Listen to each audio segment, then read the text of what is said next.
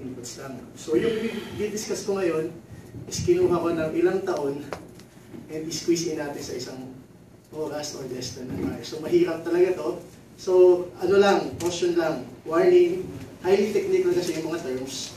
So what we need to do now is siguro i-focus lang natin, magkaroon lang tayo ng idea is enough para masimulan na natin kung ano ba talaga at kung paano natin gagawin ang pag-invest. So before anything else, let me just present to you our bank where I am working for. So I am Jobber Loyola from Land Bank.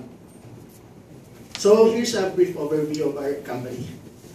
So Land Bank plays a key role in the Philippine economy. Alam naman natin, it is 100% government owned. So ibig sabihin, kaya lahat ng ginagawa ng Land Bank is for the benefit of the Philippines at para sa growth ng Philippine economy. So being 100% government bank, ang aming, we are formed dahil sa mandate. So we are formed by law. We already have finished the first, yung 50 years. So we are on our 51st year na. So kailangan pang i-amyendahan ng Constitution para magkaroon pa kami ng additional 50 years na buhay. So kung hindi kasi nila ginawa yun, siguro last year wala na yung Land Bank. So fortunately, na-approve na siya. So we have another 50 years to exist. And since government bank kami at ang mandate namin is to help in the growth of the Philippine economy, ang aming mga target dito or ang ating priority sectors ay yung mga manggagawang Pilipino, specifically yung ating farmers, fishers, ang tawag natin fisher, ang tinatawag ngayon, fishers na. And ang malaki actually na nakakatulong sa economy ng Philippines natin, yung ating OFWs. And it is also the largest government bank. So, alam niyo naman yung other bank, DBP. So, pareho kaming government bank, pero pinakamalaki is yung Land Bank. And Land Bank also belongs to the top or 4 major banks ngayon sa Pilipinas. So, we are consistently ranked,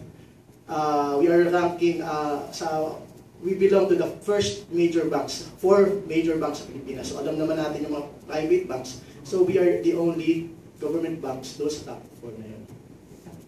And pakita ko lang dito sa slide na to, yung ating overseas network ng Land Bank. So, we have also may presence din kami. Yan, kung saan kayo makita ng logo ng Land Bank. So, we have sa Asia Pacific, meron din tayo sa Middle East.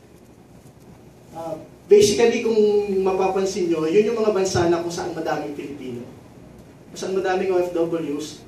So, as much as possible, we would like to, yung aming presence is nandun din para mapakita namin yung support para sa ating mga OFWs. And now, we move on to our main presentation. So, ito lang yung overview ng ating discussion for today. So, mga succeeding minutes lang kasi baka naman tumapas tayo pag wakas ang sinabi ko.